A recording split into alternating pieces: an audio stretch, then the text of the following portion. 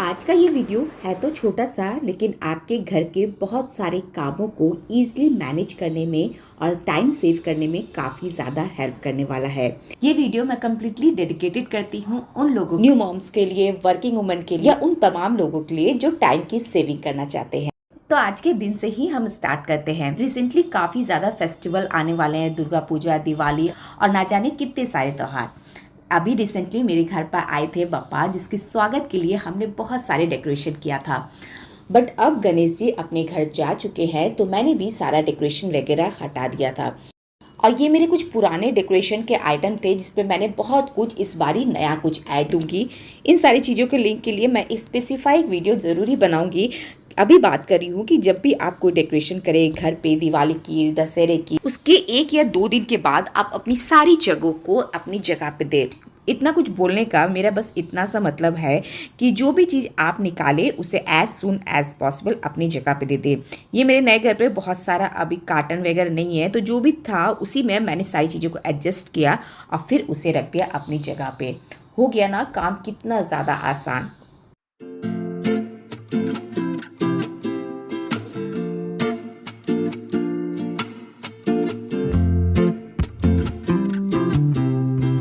अब आ जाते हैं अपने बाथरूम की तरफ। यहाँ भी हम अपना काफ़ी ज़्यादा टाइम को सेव कर सकते हैं। अगर आप अपने बाथरूम में इस तरीके के गंदे कपड़ों को हैंग करके रखते हैं, तो आप जब अपने लॉन्ड्री का काम लेते होंगे तब आपको काफ़ी ज़्यादा यहाँ पर स्ट्रगल फेस करना पड़ता होगा, या आपकी टाइम भी काफ़ी ज़्यादा कंज्यूम होती होगी। इसके लिए आप यहाँ पर कोई लॉन्ड्री बैग का यूज़ कर सकते हैं, बाथरूम में ही रखे। मैं यहाँ पर एक बकेट का यूज़ करती हूँ। इसका जो हैंडल है वो टूट गया है, लेकिन बकेट बहुत ही परफेक्ट है। तो फेंकने के बजाय ये एक लॉन्ड्री बैग मेरे बाथरूम में हमेशा रहता है। जितने सारे गंदे कपड़े होते हैं मैं इसमें रखती हूँ, और जब भी लॉन्ड्री काम रहता है, अपने कपड़ों को धोने के लिए वॉशिंग मशीन में जाना रहता है, तो बस इस बास्केट को उठाया और मेरा काम बन जाता है। एंड यस, लॉन्ड्री का काम आप रात में करें। रात में ही सारे कपड़ों को धोने के लिए डाल दें, और मॉर्निंग में जब भी आपको समय निकले आप अपने कपड़े को सुखाने के लिए डालें। ये एक ऐसी आदत है जो मैं आज से नहीं बहुत दिनों से ट्राई कर रही हूँ, और मेरा इससे काफ़ी ज़्यादा टाइम सेव हो जाता है। लॉन्ड्री में हमें कपड़ों को धोने डालना रहता है, फिर कपड़ों को सुखाने के लिए रखना पड़ता है, फिर कपड़ों को फोल्ड करना। बहुत ही लंबा प्रोसेस है, लेकिन अगर आप इसे स्टेप वाइज करें तो ये बहुत ही ईजी हो जाएगा। इसी तरीके से मैं कपड़ों को फोल्ड करने के लिए जब मैं अपने बच्चों को पढ़ाने बैठती हूँ तभी लेके बैठती हूँ, या किसी से फ़ोन में बात की, या टीवी या वेब सीरीज़ कोई देख रही हूँ, तभी ये 2 in 1 काम मेरा आसानी से हो जाता है। नेक्स्ट बात करते अपने घर के डेकोरेशन या अपने घर को ऑर्गेनाइज करने के बारे में। हम दिन रात ऑनलाइन या ऑफलाइन मार्केट कुछ ना कुछ ज़रूरी सर्च करते हैं ताकि हमारा घर दिख सके बहुत ही ज़्यादा खूबसूरत। लेकिन घर के कुछ आइटम्स को यूज़ करके भी आप अपने घर को बहुत ही एलिगेंट लुक दे सकते हैं। जैसे ये जो मेरा डाइनिंग टेबल का एरिया है, यहाँ पर मैं सिंपल सा एक चादर, ये सिंगल बेडशीट का चादर है जो आसानी से कम रेटों में आपको आराम से मिल जाएगा। कि आप अपने हिसाब से फैब्रिक ले सकते हैं, आप अपने हिसाब से डिज़ाइन ले सकते हैं, फिर आप इसका एक बहुत ही अच्छा डाइनिंग टेबल कवर बना सकते हैं लो कॉस्ट में या विदाउट एनी कॉस्ट। जो भी आपके घर में पुराने चादर हो, या हो आपके घर में कोई पुराना कर्टन, उसे भी आप यूज़ करके आप एक डाइनिंग टेबल कवर बना सकते हैं, और इसके ऊपर आप बस रख दें मैट और जो भी इसेंशियल आइटम होते हैं। ये एक सर्विंग ट्रे है जिसे मैं जनरली सर्विंग के लिए यूज़ करती हूँ, लेकिन जब इनका काम नहीं होता है तो मैं इसे यूज़ करती हूँ as a organizer. Dining table पे इस तरीके के मैं ड्राई फ्रूट्स वगैरह रखना ज़्यादा पसंद करती हूँ, क्योंकि ये इजी भी हो जाता है सभी के लिए एक्सेस करना। फिर विदाउट एनी कॉस्ट आप अपने डाइनिंग टेबल की खूबसूरती भी बढ़ा सकते हैं। एक और ऑर्गेनाइजर मैं अपने डाइनिंग टेबल पे रखती हूँ। जो भी इसेंशियल आइटम होते हैं, नमक हो जाता है, सॉल्ट हो जाता है, पेपर हो जाता है, वो सारी चीज़ों को मैं यहाँ पर स्टोर करके रखती हूँ, जिससे खाने के दौरान मुझे बार बार उठ के किचन ना जाना पड़े। तो इस तरीके से थोड़ा सा ध्यान लगा के, थोड़ी सी चालाकी अपना के आप अपने घर को विदाउट एनी कॉस्ट भी बहुत ही खूबसूरत बना सकते हैं।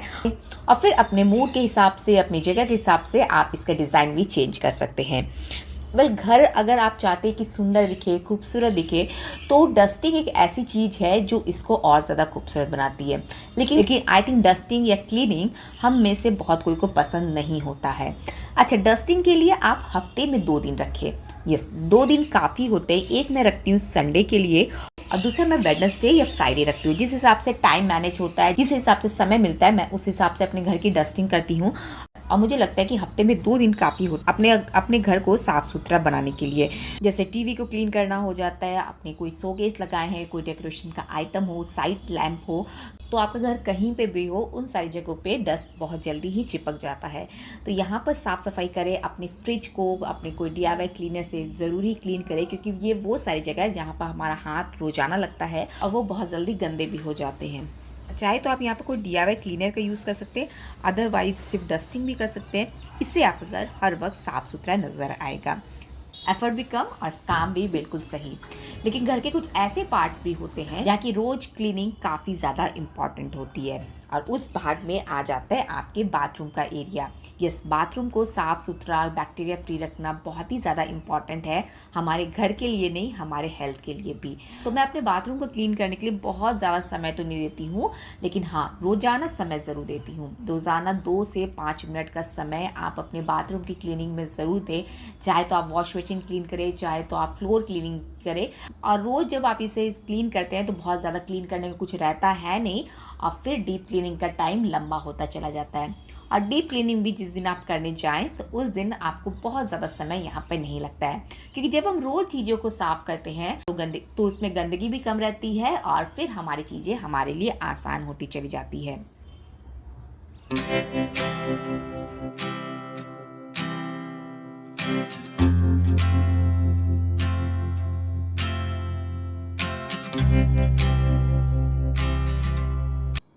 नेक्स्ट आ जाते अपने किचन की तरफ। आई थिंक किचन एक ऐसा पार्ट है जहाँ पर हम बहुत सारे हैक्स को फॉलो करके टाइम के साथ साथ मनी की भी सेविंग कर सकते हैं। टाइम एंड मनी दोनों एक ऐसी चीज है जिसे बचाना हर किसी को पसंद है, तो क्यों ना कुछ तरीका अपनाया जाए। तो जब भी आप अपनी किचन की क्लीनिंग करते हैं, पहला रूल तो ये कि लंच बनाने के बाद, ब्रेकफास्ट बनाने के बाद या डिनर बनाने के बाद आप अपनी किचन की रूटीन क्लीनिंग करें, ताकि नेक्स्ट मील के लिए ये आपका किचन हर वक्त तैयार रहे। ऐसा करने से आपका किचन हर वक्त साफ सुथरा तो नजर आएगा ही आएगा, प्लस आपके काम काफ़ी ज़्यादा आसान हो जाएंगे। सेकंड बात करते हैं कि आप अपने किचन में कुछ टूल्स का यूज़ ज़रूर करें। कुछ टूल्स, कुछ गैजेट, बहुत सारे ऐसे गैजेट आ गए मार्केट पे जिससे आपके किचन के टाइम की सेविंग होगी, प्लस आप कुछ ऑर्गेनाइज़र को भी यूज़ करना बिल्कुल ना भूलें। अगर आप इस तरीके के ऑर्गेनाइज़र को यूज़ करते हैं अपने ऑयल रखने के लिए, नमक हल्दी वगैरह को रखने के लिए, यानी डेली बेसिस पे यूज़ आने वाली चीज़ों को रखने के लिए, तो उसके नीचे आप कोई ना कोई लाइनर ज़रूर लगाएं। यहाँ पर मैं क्लॉथ टिश्यू का यूज़ कर रही हूँ, जो देखने में काफ़ी ज़्यादा खूबसूरत तो लग ही रहा है। प्लस क्या होगा, बाई चांस कोई ऑयल गिर गया, हल्दी गिर गया, तो मुझे इस ऑर्गेनाइज़र की पूरी तरीके से क्लीनिंग नहीं करनी पड़ेगी, बस ये टिश्यू हटाएगा और मेरा काम बन जाएगा। और मैं अपनी वीडियोस में आप लोग को ऐसे बहुत सारे हैक्स बताते रहती हूँ जिससे आपके काम आसान हो जाए। तो जैसे कि आज बहुत दिनों के बाद मैंने सोचा कि क्यों ना घी वगैरह को निकाल लिया जाए। मलाई पड़ी हुई थी फ्रिज में, ख़राब होने का चांसेस था, तो क्यों ना इन कामों को झटपट कर लिया जाए। मलाई से घी निकालना हमें काफ़ी ज़्यादा टफ लगता है, और इस काम को मुझे पता है कि आप और मैं रोज़ाना डिले करते जाते हैं। बट अगर आपको इसे निकालने का सही तरीका पता हो तो आप इसे हर 10 या 15 दिन पे आराम से निकाल सकते हैं। टाइम की सेविंग भी होगी, जो प्योर घी आपको मिलेगा वो तो अलग। मलाई से घी निकालने का आज मैं आपको सबसे ईजी तरीका बताने वाली हूँ। वैसे तरीका तो बहुत सारे मैं आप लोगों को बताते रहती हूँ, लेकिन आज जो तरीका बताइए वो सबसे ज़्यादा ईजी है। सबसे पहले यहाँ पर मैंने एक मिक्सर ग्राइंडर लिया है, इसमें सारे मलाई को डाल लेंगे, और मलाई को डालने के बाद इसमें हम डालें ठंडा पानी, और इसका बेस्ट रिजल्ट के लिए आप आइस का यूज़ करें। वेल मेरे पास अभी आइस जमी हुई नहीं थी, लेकिन ठंडा पानी था, तो ठंडे पानी को मैंने इसमें डाला। डायरेक्ट ले जाएंगे अपने मिक्सर ग्राइंडर में, इसे अच्छी तरीके से ग्राइंड करेंगे। जितना ज़्यादा आप इसे ग्राइंड कीजिएगा ये उतना ज़्यादा ही बटर के फॉर्म में आएगा, और फिर घी निकालना और ज़्यादा आसान हो जाएगा। तो अब देखिए ढक्कन हटाते हैं, ये बटर के फॉर्म पे आ चुका है। तो यहाँ पर मैं आपको सबसे इजी तरीका बता रही हूँ, ऐसा तरीका बता रही हूँ जिससे आपके यूटेंसिल कम लगे, बर्तन कम लगे, और बर्तन को धोने के लिए भी आपका टाइम सेविंग हो। तो बस इससे डायरेक्ट मिक्सर ग्राइंडर से हम ये कढ़ाई पे लगाएंगे तरीके से, और बटर को लगा देंगे गैस पे। गैस पे लगाने के बाद गैस की आंच बिल्कुल आप मीडियम पे रखें, ना तो हाई रहेगा ना तो लो रहेगा, मीडियम पे रखें। और फिर आप 5 से 10 मिनट में देखिएगा कि घी बन के तैयार है। ना तो बहुत ज़्यादा ताम झाम, ना तो बहुत ज़्यादा मेहनत, और फिर भी आपका घी बिल्कुल परफेक्ट। तो ये घी इस तरीके के फॉर्म में आपको नज़र आएगा, और फिर आप इसे आसान तरीके से आप स्ट्रेनर के हेल्प से आप स्टोर करके रख सकते हैं। तो कुछ ऐसे काम किचन में ज़रूर होते हैं जो लगते तो बहुत ज़्यादा मुश्किल है, लेकिन अगर आप सही तरीका जानते हैं तो ये काम आपके लिए बिल्कुल ही आसान हो जाएंगे।